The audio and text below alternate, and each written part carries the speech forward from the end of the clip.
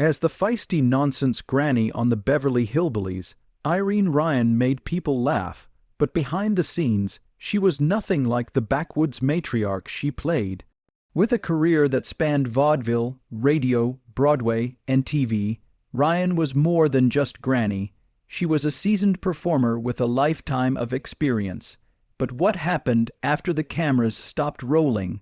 From her marriage and financial success to the creepy abandoned house linked to her name, Ryan's later years took an unexpected turn, tragic turn, and just as she was starting a new part of her career, tragedy struck. Stay with us as we tell the fascinating little-known story of Irene Ryan's rise to fame, her last days, and the legacy she left behind. Irene Ryan was born Irene Noblet on October 17, 1902, in El Paso, Texas. She got her start in show business when she was 11 years old, when she sang Pretty Baby It Was, at an amateur contest in San Francisco and $1.03. Irene was always meant to be in the spotlight, but it would be a few more years before she started her career. When she was 14, she was determined to make it in the business. So she lied about her age to get a job with a California stock company, because she was too young to work legally under the state's child labor laws. School never really interested her, so she only finished 2 years of high school before deciding to focus on the stage full-time. She spent the next 4 years perfecting her craft in stock theater before setting out to make it big. Making a name for herself in show business, Irene found her niche in musical comedy and variety shows, performing all over California. It was there that she met Tim Ryan, a fellow vaudeville performer. The two quickly became a duo on and off the stage, and they married in 1922. They were married for 20 years, and their relationship brought them both great success in the entertainment world. After making a name for themselves in vaudeville, Irene and Tim Ryan's success moved to radio. They started their own show called Tim and Irene. They were famous for their hilarious Dumb Dora act, a comedy routine featuring a sloppy but likable woman that quickly went viral across the country. Their rising popularity led to appearances on major shows at the time, such as The Ruddy Valley Show and The Bob Hope Show. As Irene's comedic skills were seen on radio, she also started making her mark on the big screen with Tim. Together, they were in a series of comedy shorts and 11 films, some of which were some of their most famous works. Their on-screen chemistry matched their real-life partnership. They worked together on projects like Wacky Family, in 1936, Hamlet, Eggs, and Will You Stop, in 1937. Despite their professional success, Irene and Tim's marriage ended in 1943 after 20 years of marriage. However, their divorce didn't end their working relationship. They continued to work together on movies even after they went their separate ways. With World War II still going on, comedian Bob Hope dedicated himself to entertaining American troops. Irene was eager to help because she had already worked with Bob Hope on The Bob Hope Show. She joined Hope's USO tours and traveled around the world to perform for soldiers, visit veterans' hospitals, and make people laugh. Her dedication went beyond the war. She continued to support the troops during the 1948 Berlin airlift by lifting spirits through her performances. Bob Hope, who knew firsthand how important comedy could be in hard times, once said, "Believe me when I say that he said there's a lump the size of Grant's tomb in your throat when they come up to you. Shake your hand and mumble thanks. Imagine those guys thanking me for what they're doing for me." And for you, for Irene, bringing joy to the soldiers was more than just another performance. It was a way to give back and use her talents for something meaningful. The Beverly Hillbillies. During the 1950s, Irene Ryan continued to build her career by getting parts in a number of TV shows. But even though she was a well-known actress, her big break came in the 1960s when the Beverly Hillbillies was being made. Ryan wanted to play Granny Daisy Moses, the strict matriarch who became the heart of the Clampett family. But despite her many years of experience, the show's creator, Paul Henning, almost didn't allow her to get the part. His casting agent was supposed to find the perfect granny, But Ryan wasn't their first choice because the agent thought she wasn't the right fit. This didn't sit well with Irene, so Ryan took matters into her own hands. She called Paul Henning and made a bold case for herself. "Look, Paul, do I have to go home and get my gray wig and shawl to convince you?" According to the El Paso Times, she said, "If you get anyone older to play the role, she won't be able to stand that she got another audition because of her passion and confidence." But Henning later remembered a slightly different version of what happened. He told TV Legends that Ryan had stopped by his office one day and asked her directly if she thought she could play a hillbilly without missing a beat. She told him a story that made him think, "Are you kidding me? I was in a stock company and we played a theater in Arkansas. We kept waiting for the curtain to go up backstage. Finally, when it didn't happen, we asked the manager why he hadn't let the people in. He said that if he did, they'd whittle away the seats, so yeah, I know hillbillies." That was all Henning needed to hear.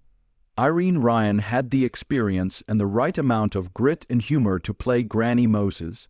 Irene Ryan as Granny Paul Henning remembered that when it came time for screen tests, Irene Ryan's audition made it clear who should play Granny B. Henning said, "As soon as Irene Ryan read the part, she came over to me and said, 'There's Granny, she's just wonderful with that.'" Irene Ryan got the role that would make her famous, Granny Daisy Moses on the Beverly Hillbillies, which premiered in 1962 and quickly became a cultural phenomenon. The show was about Jed Clampett, played by Buddy Ebsen, a simple countryman who became a millionaire after finding oil on his land and decided to live lavishly in his newfound wealth instead of living in his old rural life.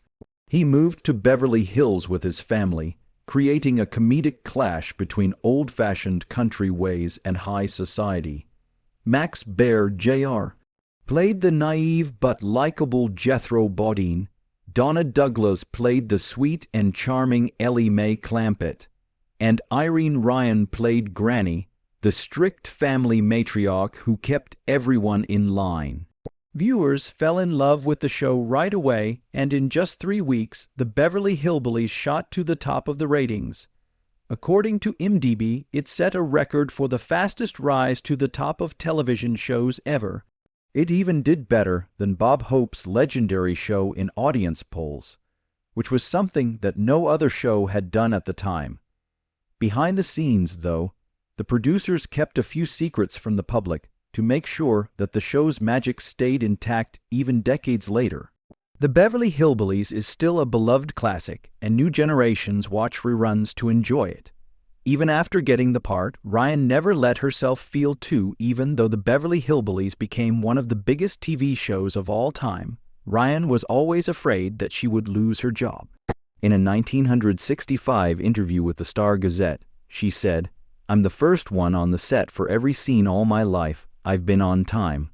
I was always scared I would be fired, and you know what? I'm still scared." Ryan had spent her whole career working hard, touring in vaudeville, switching to radio, and then to TV. As soon as she realized that show business was unpredictable, she never took stability for granted. Even when she was at the top of her game, she stayed alert and ready for the possibility that everything could change at any time. Irene Ryan was 59 years old when she played Granny in the Beverly Hillbillies. One of the most surprising things about her performance was how much older she looked on screen than she really was. Ryan was only 59 years old when the show started in 1962, a long way from the old matriarch she convincingly played. Granny, who often talked about the Civil War and other events from the 1800s, was supposed to be in her 80s since she was Jed Clampett's mother-in-law, and Jed wasn't exactly young. Granny was portrayed as a tough-as-nails old woman well into her twilight years. By the time the show ended in 1971, Ryan was still under 70 years younger than Granny's implied age gap. The show's makeup artists had to do some serious magic every day while filming Ryan's transformation, which required heavy makeup applications to age her face. They used wrinkles, shadows, and contouring to add depth and make lines look worse. making her look much older than she really was.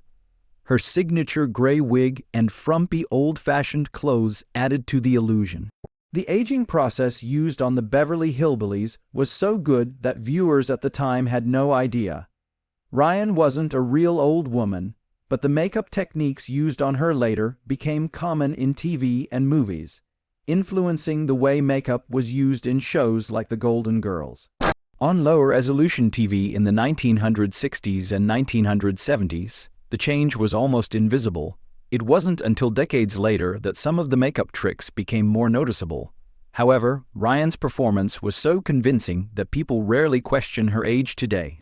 Irene Ryan played grandmother for all of the Beverly Hillbillies, ran for 9 seasons and 274 episodes. The show was nominated for and won several awards by that time, and Irene was nominated for an Emmy in 1963 and 1964, both times for outstanding continued performance by an actress in a series. Irene Ryan wanted to play Granny for as long as she could. If there was one word that wasn't in her vocabulary, it was retirement. Ryan had no plans to stop acting. She wanted to play the role forever. In an interview with the Sydney Morning Herald, Ryan made it clear that she wasn't going to quit. "Retire, honey, I want to die with my boots on," she said. Her success on the Beverly Hillbillies was everything she had dreamed of, but she found that fans only recognized her when she spoke. "My voice always gives me away," she said. "I can walk down the street and no one will notice me until I speak, then everyone turns around." At the time of the interview, Ryan was in Sydney for a special appearance at the South Sydney Junior Leagues Club. Ryan didn't want to talk about her act, but she did say that some of Granny's signature items were in her luggage. She also didn't mind bringing Granny from the small screen to the stage. Audiences couldn't get enough of the character in real life. She did Granny in Las Vegas and she went over like a bomb, even though the character was so closely related to Ryan herself. She was warm and friendly, and her career spanned more than 50 years, performing in almost every part of the entertainment industry. The only show she had never done was burlesque, which she laughed about. But she had no plans to slow down. "I want to keep playing Granny until I drop," she said. "When people say retire, they just lay down." Ryan had success on Broadway after the Beverly Hillbillies ended. Irene Ryan didn't stay in Hollywood for long. Instead of working in movies or TV, she went back to her first love, live theater. She told the El Paso Times that nothing will ever replace the live stage for an actor, but that TV is here to stay and is about the best form of entertainment we've ever known. Ryan took on a new challenge when she was in her 70s. She landed the role of Burra, the feisty grandmother in Bob Fye's musical Pippin. She captivated audiences and was nominated for a Tony Award in 1973 for Best Featured Actress in a Musical. This was on top of her 2 Emmy nominations for her role as Granny on the Beverly Hillbillies in 1963 and 1964. Her performance became an instant hit, bringing the house down every night. The New York Times praised her ability to steal the show, writing in Pippin, "Those who have people who saw the show know that she was only on stage for about 10 minutes and stopped the show in its tracks. John Rubinstein was left on stage after she left, unable to say his next line until her applause died down." Ryan was only 5 feet 2 inches tall, but she was full of energy and often stayed backstage with the crew long after her performance was over. Even though she was 70 years old, she kept up with the fast pace of Broadway and handled the chaos behind the scenes like someone half her age. She had a net worth of $1 million when she died on April 26, 1973, after years of smart investments and careful saving. She kept acting right up until the end, having a stroke while performing on stage. She was flown back to Los Angeles, where she later died. Her official causes of death were glioblastoma and arteriosclerotic heart disease. Irene Ryan loved acting more than anything else, and she stayed dedicated to her craft until the end, showing the same grit and determination that the actress Irene Ryan made Granny on the Beverly Hillbillies such a memorable character. Ryan wasn't just dedicated to her career, she was also deeply committed to giving back. She set up the Irene Ryan Foundation to help aspiring young actors, and she made sure that her money would continue to help others after she died, according to the press of Atlantic City. Ryan left her entire fortune of more than $1 million to a fund for students. Ryan didn't have any close family to leave behind, so she gave her entire estate to the foundation to create scholarships for theater students. This is a legacy that continues to support future generations of performers. In her last days, Ryan was performing on Broadway in Pippin, making her debut at age 70 as Bertie, a regal but spirited medieval grandmother. Her performance earned her a Tony Award nomination, which is a testament to her lasting talent. But during a performance on March 10, 1973, she collapsed on stage and was taken to the hospital, rushed to St. John's Hospital in Los Angeles on April 26, where she suffered a stroke and died. Her Beverly Hillbilly co-star friend Ebsen once said she was a joy to work with, and many others who knew her thought the same thing, whether they saw her on TV, on stage, or behind the scenes with her foundation. Ryan was a guiding light, and her legacy lives on through the laughter she brought to audiences and the chances she gave young actors. Hollywood's granny, but to many, she was more than that. She was an inspiration. The abandoned home of Irene Ryan, the legacy of Granny Moses. Irene Ryan left behind a legacy of laughter, sharp wit, and unforgettable performances.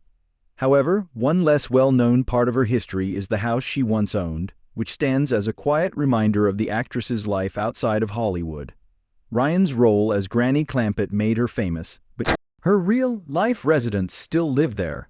Unlike the fancy Beverly Hills mansion she lived in on TV, her real home was much more modest. Over the years, the property has been left to the elements, and nature is slowly reclaiming it.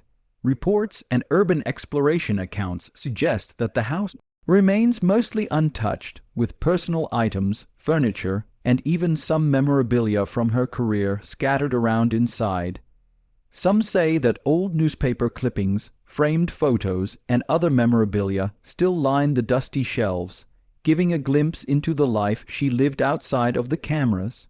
Ryan, who died in 1973, left behind a lot of money that she used to help aspiring actors through the Irene Ryan Foundation. But her home, which used to be full of life, is now just a forgotten relic of Hollywood's golden age. Fans of the Beverly Hillbillies still hold Ryan's memory close, remembering her not just for Granny's funny antics, but also for her kindness and dedication to her craft. Even though her home is empty, her legacy lives on. Look into the lives of Daisy, Irene Ryan, and Daisy's grandmother Moses. If you want to see more videos like this, make sure to like, follow, and turn on notifications.